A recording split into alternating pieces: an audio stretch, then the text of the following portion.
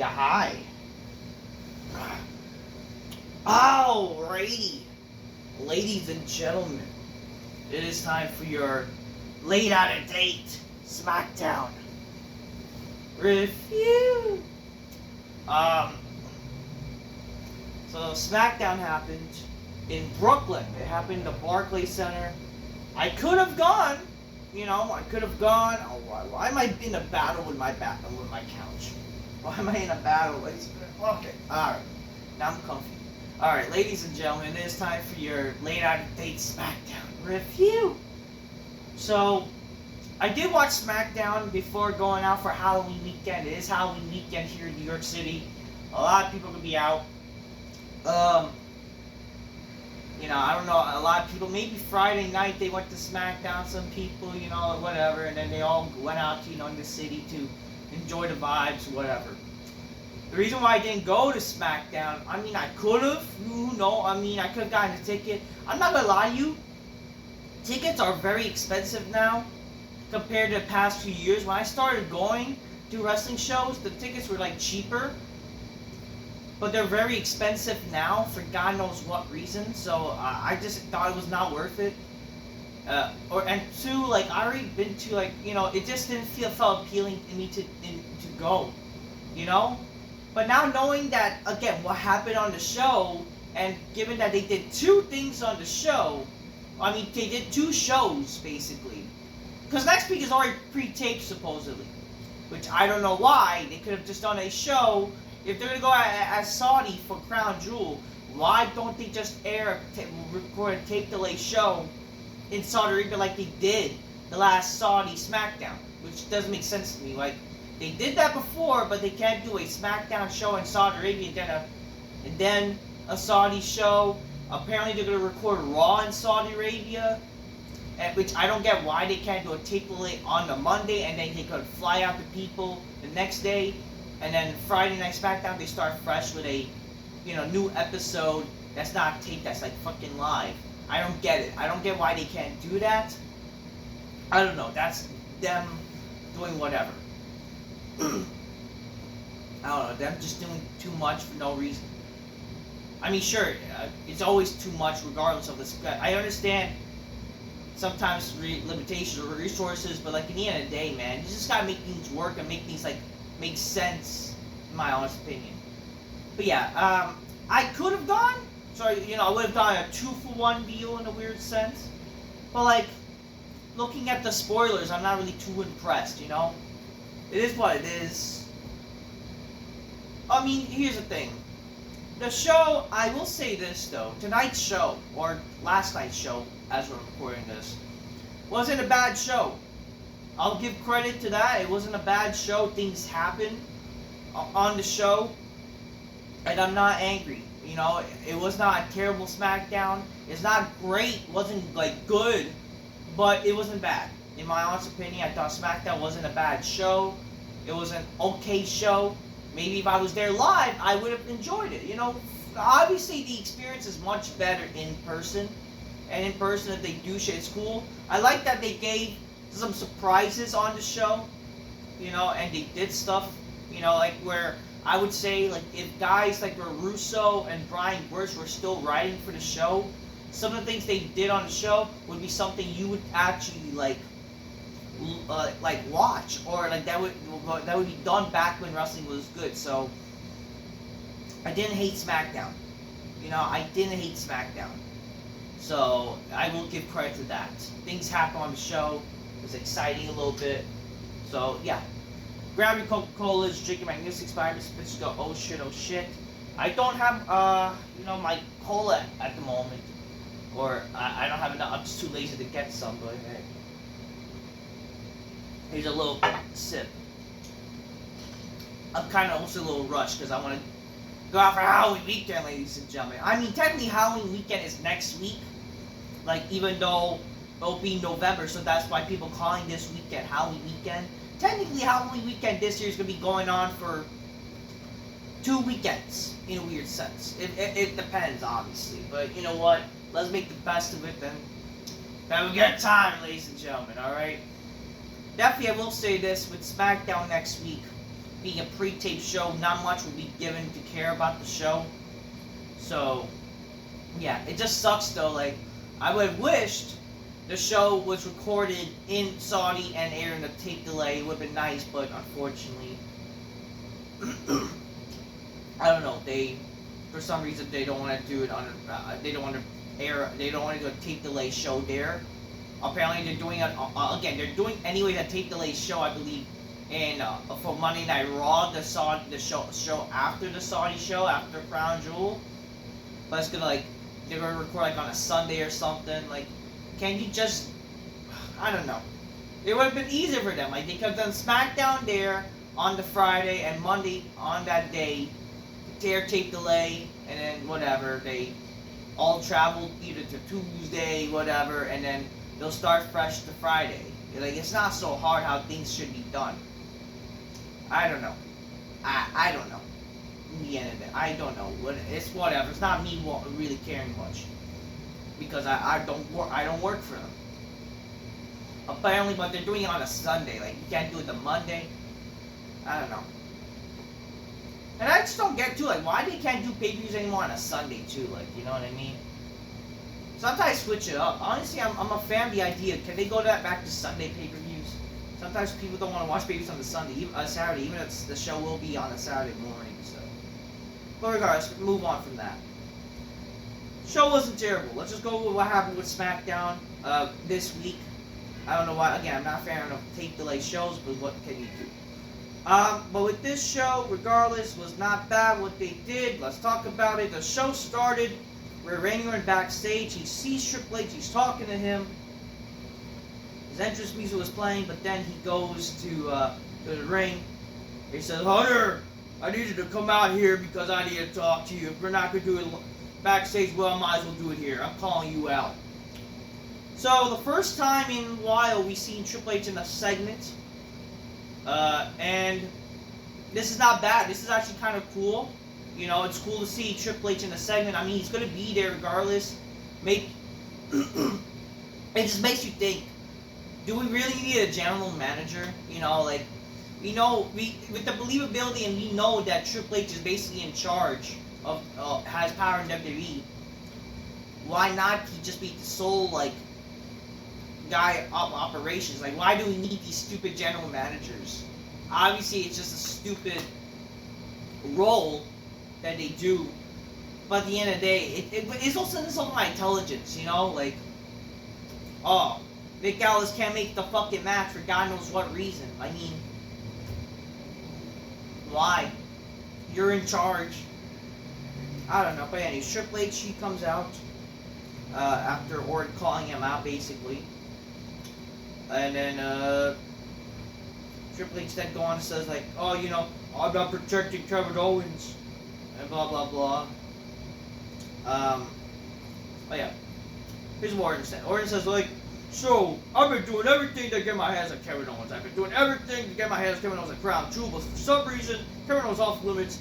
Last week, I asked him, like, oh, let's for a match at Crown Jewel, but what did he say? That's above my pay grade, brother.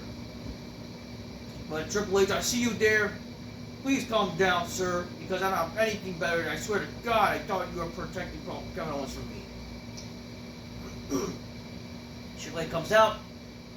I would have preferred to do us out, not do this out here, Randy. But you can seem to never show up on time. But what you can talk about later, I guess we'll do this now. Like, see, he can't show up later with. He clearly showed up early, and whatever. This is dumb. Randy Orton then says, listen, I think everybody in the building knows you're protecting Kevin Owens from me. You know it, I know it, they know it, Kevin Owens know it, and then Triple H, I'm not protecting anyone. Randy, that's what I'm trying to do, is my job. Then Randy Orton says, listen, I got a soft spot for the guy. You got a soft spot, he said, you got a soft spot for the guy. I get it. He used to be likable. Hell, I used to like him. But you're protecting Kevin Owens just a minute, Triple H. Triple H says, I'm not. Randy, the match is not going to happen. Okay, I don't like this stupid voice, by the way, that Randy Orton's doing, or I don't like his attitude. What happened to the Randy Orton where, like, he wouldn't, if he doesn't get anything, he'll just fucking attack the guy. Like, instead, okay, you can't get the match, just go attack him. I don't fucking know. How is it so fucking hard? Oh, he's trying to get his hands on him. Just like he's trying to get his hands on Seth Rollins, even though he constantly got his hands on fucking Seth Rollins back in like 2015. Oh, Lord. Then Randy Orton says, like, oh, because you're protecting Kevin Owens. He's acting like this goof. Like, you're protecting Kevin Owens. I'm like, shut up. Then she says, it's not going to happen because you're protecting Kevin Owens. Okay, get it. Shut up. Saying the same shit. Just a minute. Just a minute that we'll be cool. And I'll gotta do what I gotta do. And then Triple H then says, I'm not protecting Kevin Owens. I'm trying to protect you. I know back in the I know since the day you walked in here, I know Kevin Owens since the day that he walks in here, Kevin wanted to do is because a prize fighter, and he walked in here because it was all about business, and that was true, right? He never had a friend in business. No matter he has said, no matter if he's been around anybody that he has been in here, as long as they were in his way, because the second they were, it was his way, he takes them down. He never thought twice of it. It's all about business. And you know what it's like. You do for the first thing ever, and I don't know why. He let his guard down. He trusted you, and he trusted Cody. He trusted both of you. He let his guard down. But I don't know why I see a good person and what that he wanted to be Kevin and Cody Rhodes, and he see the miserable prick in you, and he doesn't want to be. I don't know, but regardless, he likes you guys. He trusted you and his mind. Randy, you guys, for the first time ever, and I'm telling you, and I spoke to him afterwards, there's something disconnected in him.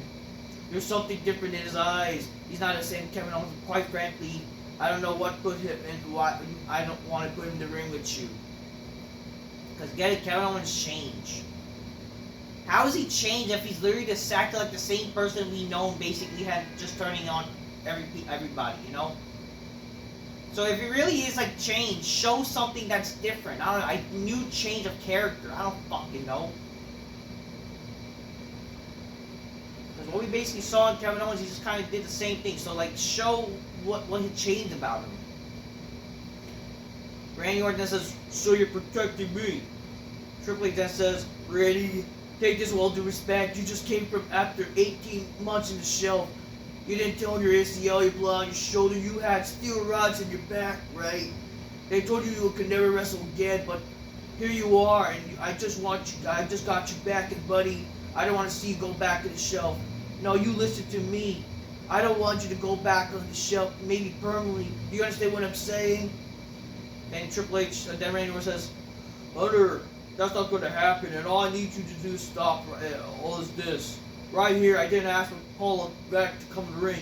I didn't ask for the COO of the $1 billion company wearing a suit to come to the ring. I wanted to cerebral assassin the game.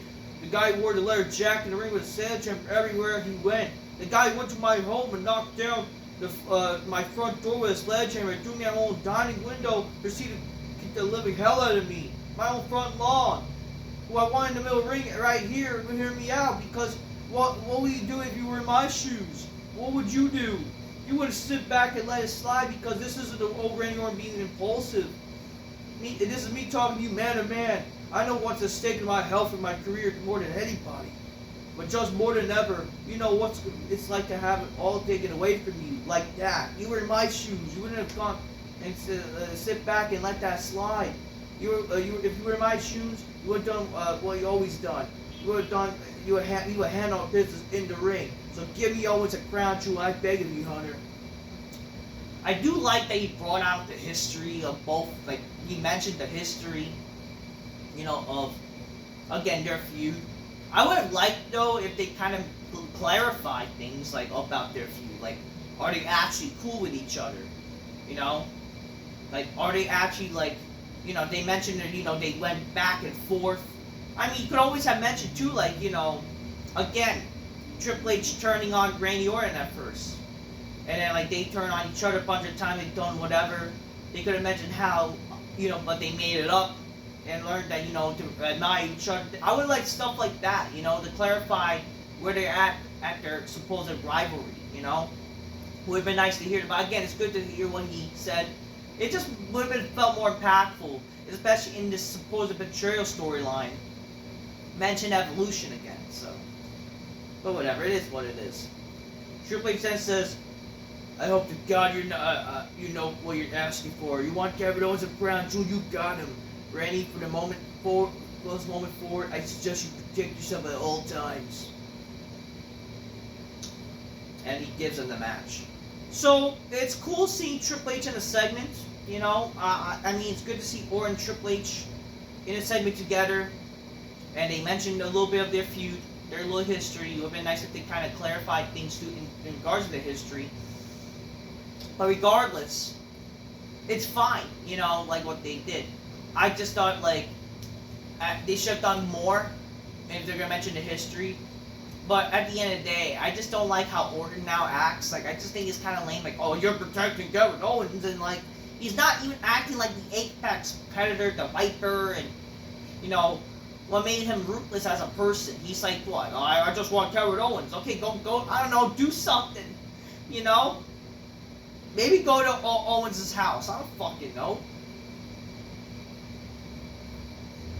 I don't know. I mean, but then, like, what is the reason? Like, what's so different about Kevin Owens? What made him tick? And we need a clarification, really. Like, why did he turn on whatever, you know? But whatever. I mean, we kind of know why he turned. At the same time, what is it that made him turn? Let's clarify that. Whatever. The first match.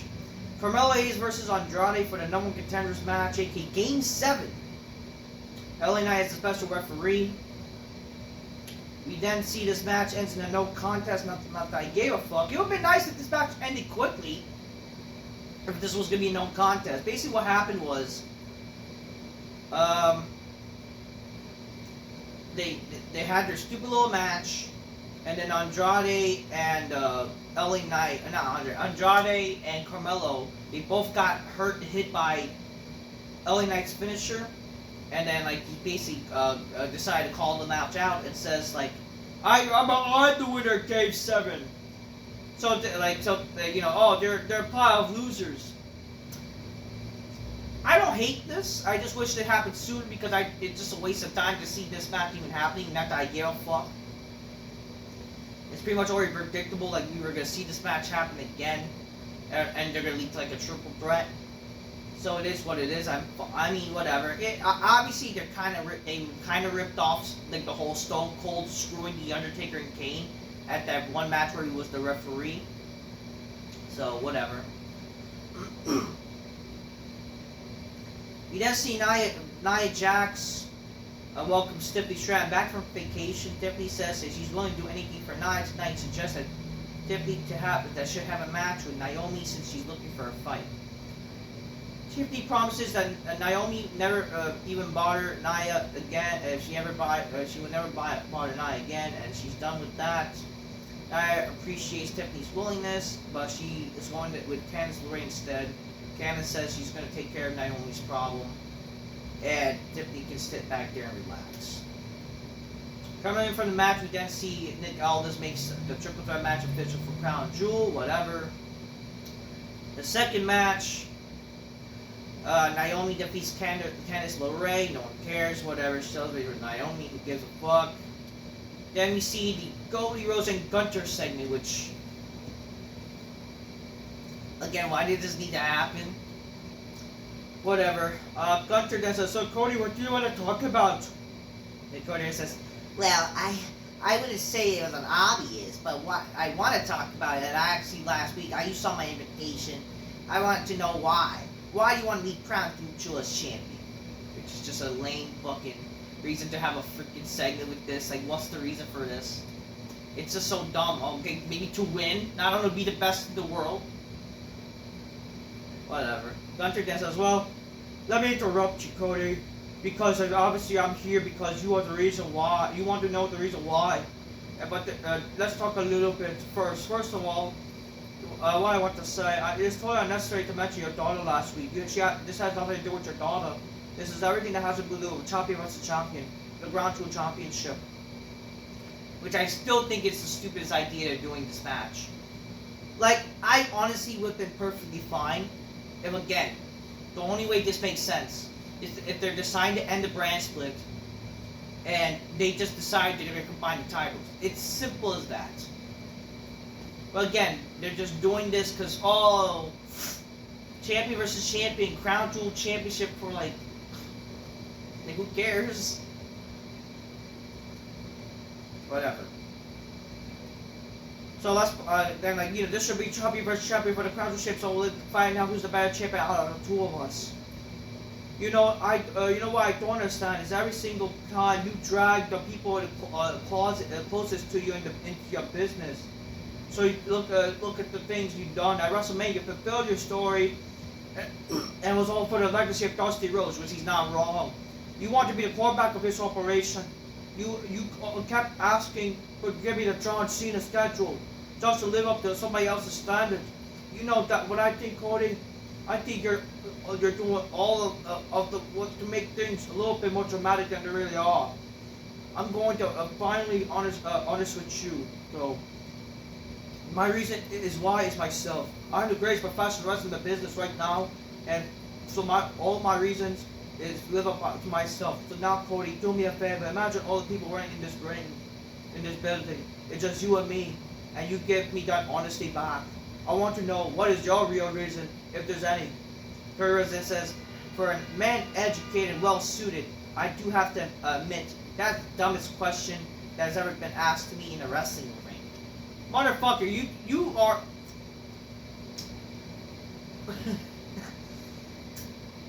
Like Cody Rhodes, he's well dressed all the time for no reason and whatever, and then he's gonna fucking call that guy dumb when he's done a lot of dumb shit as a babyface. Like I don't know.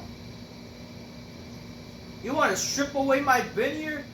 So what's behind the eyes of Cody Rhodes? You're not the only one. And what do you say? I let everyone come out here and just you and I. Newsflash, brother. None of this exists without all of them. And then he panders to the crowd, and everybody. You want to take away the adoration, the whoa? How about everybody? 1, 2, 3. Let's do a whoa. 1, 2, 3. Whoa! Shut up. My God. And then he says dramatic, right? Dramatic? Have you seen my family? Have you seen my brother? You bet your ass I'm dramatic. You don't call them Cody crybabies for nothing. It's not like we say, hey, they're Cody badasses. Although if they dropped the men, if they needed to, we'd be proud to be dramatic. Which again, that's just dumb. Like mention the Cody crybabies. Like being proud of being a Cody crybaby. That's just gay. We're proud to be dramatic. We're all proud to be a bit of a messy king. Question for you is, what were you yesterday, the day before that? I was there at Allegheny Stadium in Las Vegas talking about WrestleMania 41. I was media grounds. I was doing what's needed to be asked. And you couldn't get out of bed without that prestige, how well you look at a world champion, and you're part of it down. That part of it's missing a giant responsibility that comes with it. And then Gunther says, Cody, responsibility? Look at this. I am the workhouse champion of this company. And I know everything about responsibility. You don't think I got the same request as you. The difference is I just tell them no. Because I have the guts to say no. I got the guts to say no to the boss. I have the guts to say no to the media requests and any charity. I especially got the guts to say no to all of them. And you know why, Cody? The reason is, you said why you say no is the reason I don't put yourself first. Is because you ever step to stop being a servant to anybody else, your little story is over. And you know what makes you a gutless champion. And a gutless champion will always be secondary to me.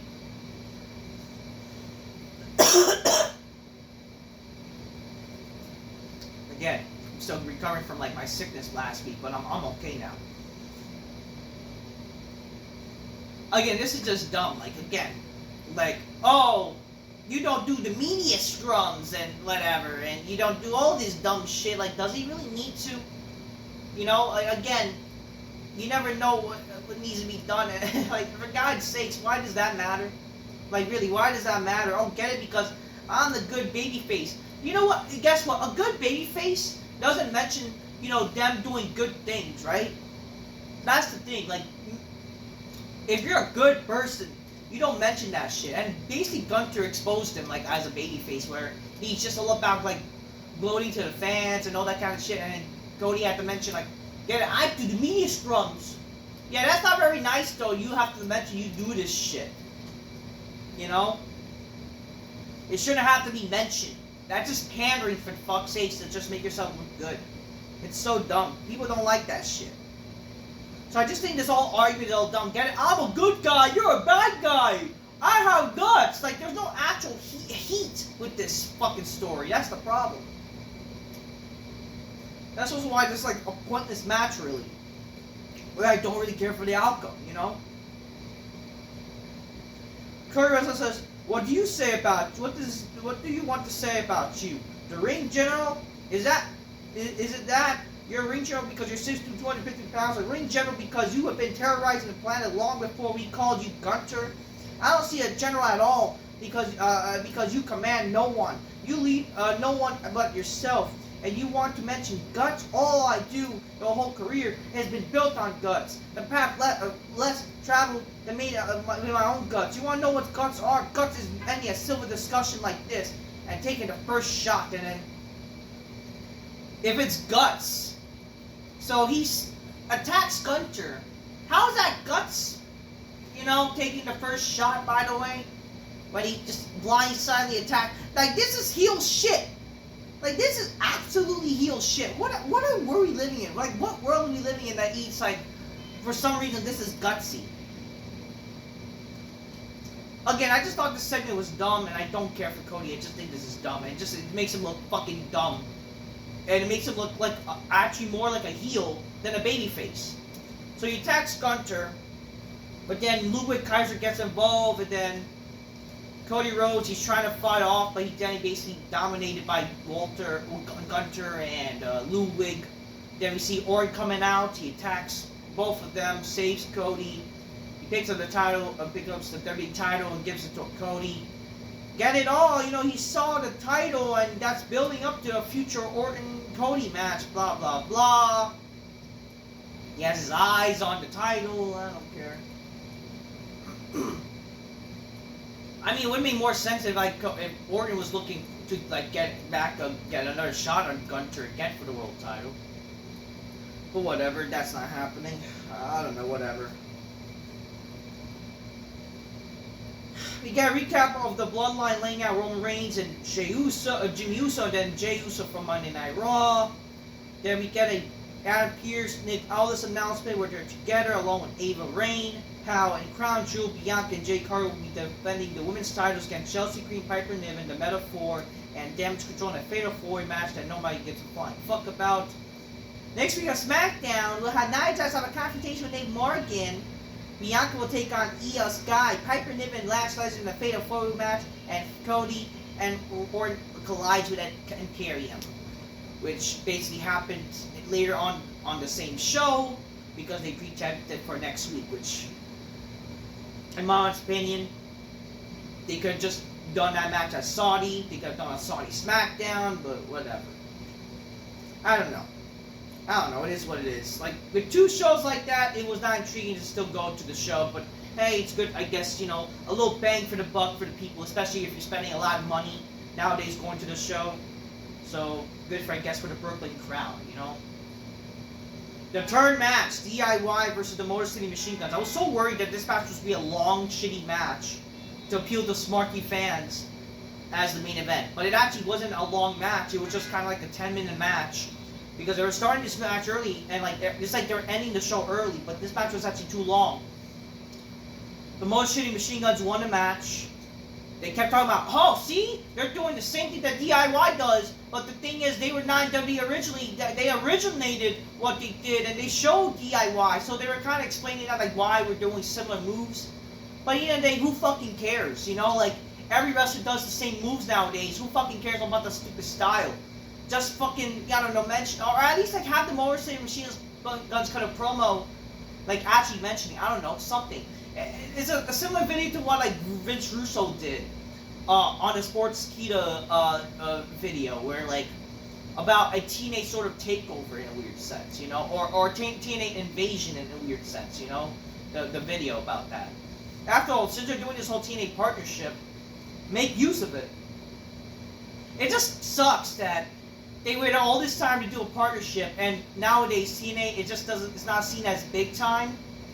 Who fucking cares about a TNA invasion? You know what I mean? Like, I would have loved a TNA, man, you don't know how much I would have loved a TNA invasion back in the day with guys like Kurt Angle being there, Sting. You know, back when people actually wanted an invasion with TNA, when TNA was actually the competition. Well, not really competition, they're at least like close to being competition.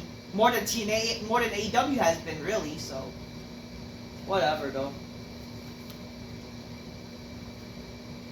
The Machine Guns win, but then after that, we then see the Bloodline the new Bloodline come out.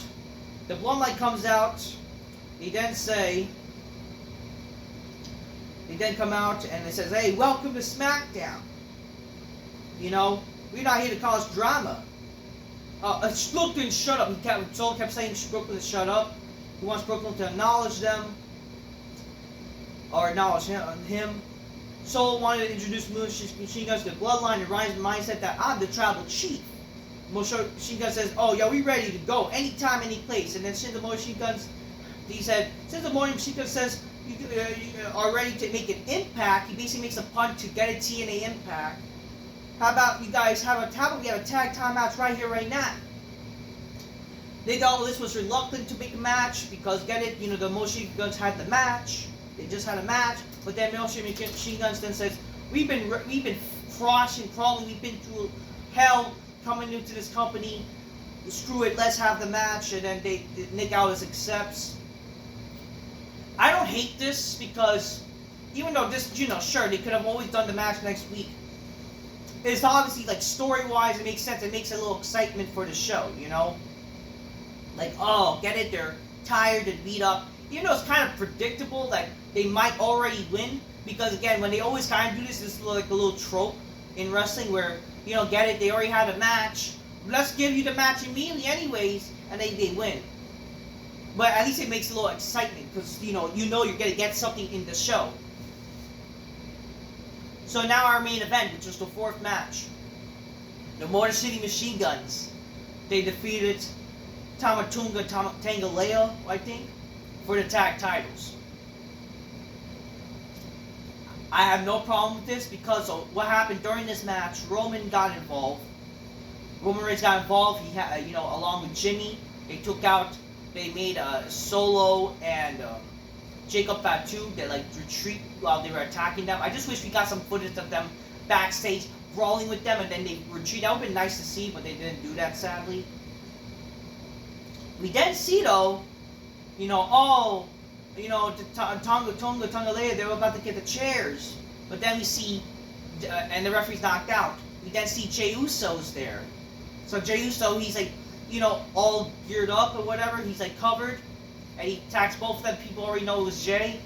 He takes out the new bloodline or whatever they're called, whatever they call themselves. They call themselves the Gorillas of Destiny. And he helps the Motor City Machine Guns wins the match. And the Motor City Machine Guns are new tag champs. I don't hate this. I just don't think, I don't really care for the Motor City Machine Guns, and I just think it's kind of early, but, whatever. I guess it helps with story, and it kind of helps them to, make themselves look good. Obviously, a Usos versus new Bloodline tag team title match would have been more intriguing. It would have been more bigger for the tag titles. Who knows? Maybe in the future they'll do, a triple threat tag team match. You never know. Maybe in the future we might see the Usos win the tag titles again, which would be nice. It is what it is. Obviously, I still think the titles should be combined. I still think we only need one tag titles. We don't need stupid 2 new tag titles or whatever. I hate that they separated the tag titles. WrestleMania was perfect where they could have debuted a sole new design, and it could have been the SmackDown design. I don't know why they think that, separating the titles again would have been worth it. It's just stupid, in my honest opinion. You could always, switch it on Raw and SmackDown. It's no problem with that, honestly, So Jey Uso, he's in the ring. You know, he helped the Motor Machine Guns win and Motor Machine Guns celebrate. Then we see Jimmy, he's slowly walking. And then he's like talking to Jay, and then they all both embrace. So the Usos reunite.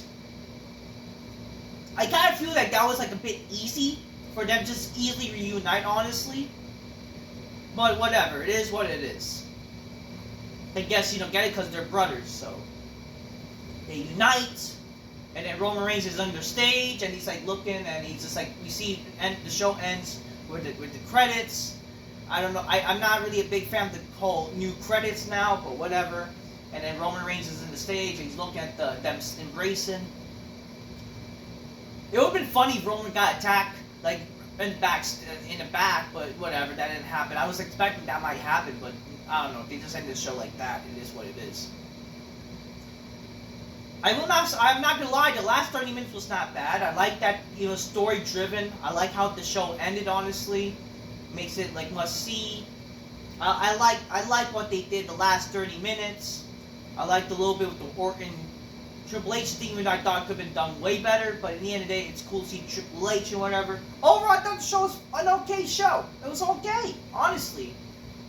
Better than usual. Things happened and whatever. I can't hate it. The show was actually okay in my book.